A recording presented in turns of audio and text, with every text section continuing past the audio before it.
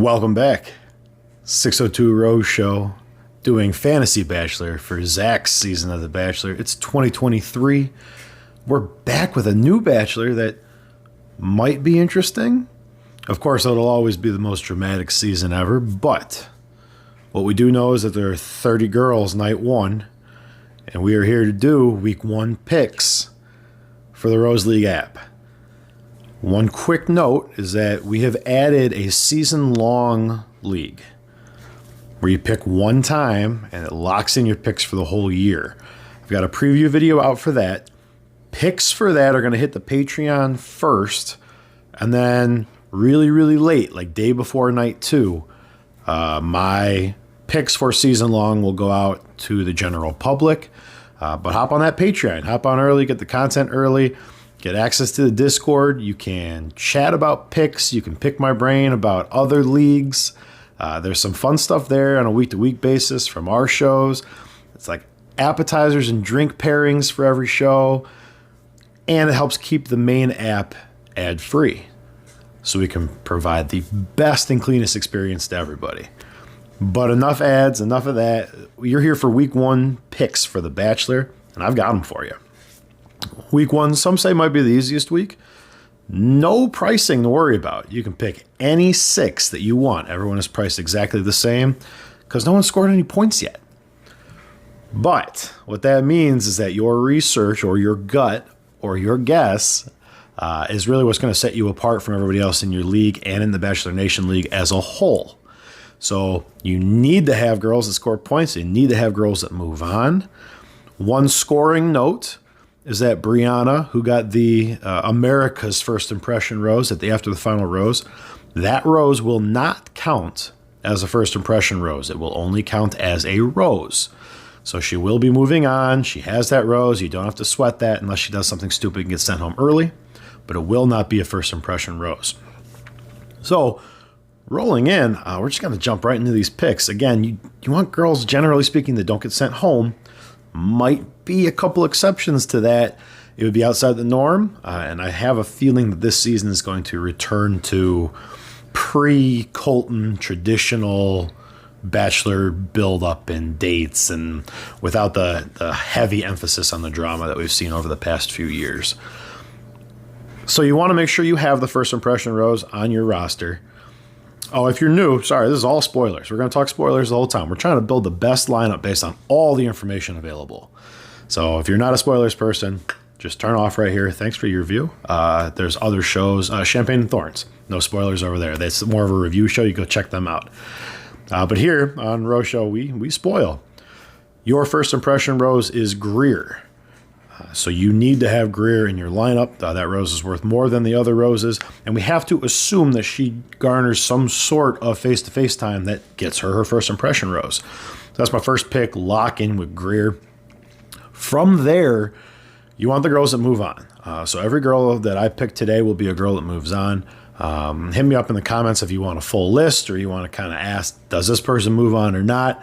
I'm not going to go through the list of all 20 girls that move on. My second pick is Gabby. Gabby, we know, goes pretty deep in the contest. So having her, knowing she gets a rose and knowing that she gets dates further on in the season, we've seen that in the previews.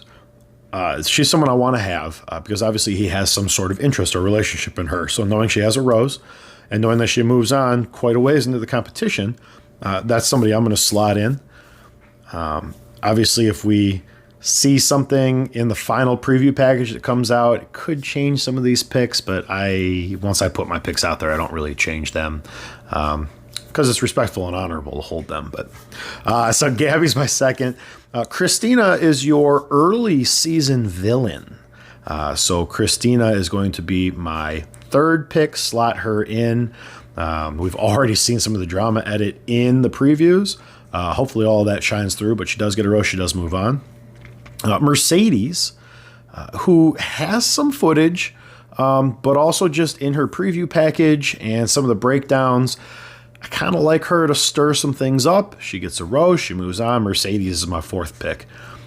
Brooklyn, we see a lot of date footage with. She goes pretty far into the competition. She gets some one-on-one time. And then what I am seeing and hearing is that Brooklyn also stirs some shit up. So Brooklyn will be my 5 slot. And for 6, and this is where we're going to start to get into the game theory just a little bit. At 6, I have Brianna. I don't like Brianna. I don't think Brianna scores a lot of points night 1. That's what my gut's telling me. That's what doing Fantasy Bachelor for a long time tells me. But here's the thing. You are playing against the whole world. Right, so scoring the most points is obviously your goal. So if you have someone who you dead to rights think has more points than Brianna, you play that person, no question. My problem is that right now I don't have the sense of the season yet. I don't know for a fact anyone will outscore Brianna. With her exposure to Bachelor Nation already, being on after the final rose and getting America's first impression rose, she is already on the radar for a ton of people. She's been featured on their Instagram. She's been featured on their TikTok. The public exposure for Brianna means that she's in people's consciousness and they're thinking about her. They might pick her. Through a strange fluke, she's actually the number 1 ID tag on the Rose League. She'll be the first person at the top of the list. That might also get her into a lot of people's lineups. Even though I don't like Brianna, because the exposure is going to be so high on it, I can't afford to not have her in case she goes off. If you fade what is probably going to be the number 1 owned pick and she goes off, you are going to be chasing a large group of people for points. So again, if you know or think you know that somebody outscores Brianna, they should be in your lineup.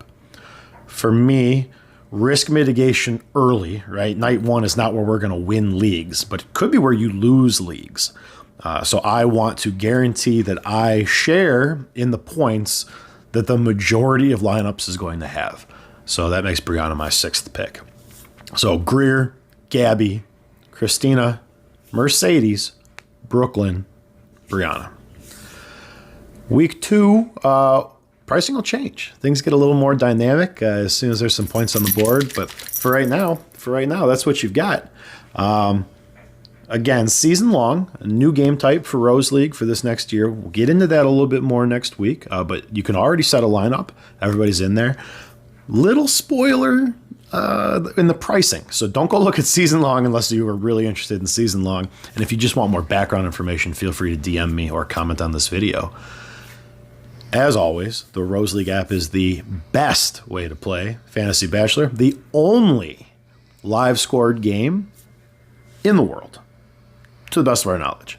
Definitely the best live scored game, that's for sure. Huge community, lots of people playing. It's a lot of fun. Champagne and Thorns and the Rose Show will be with you the entire way through the season. Hopefully this is my longest episode. Champagne and Thorns is a little bit longer format, but mine would usually be 5 minutes or so. So thanks for joining me. As always, just pay attention to late releases of trailers and information and any social media chatter that you see. Your lineups don't lock until the show starts for a reason. Make sure you are making those adjustments up until the very last second. Good luck this year and happy hunting. We'll see you next time.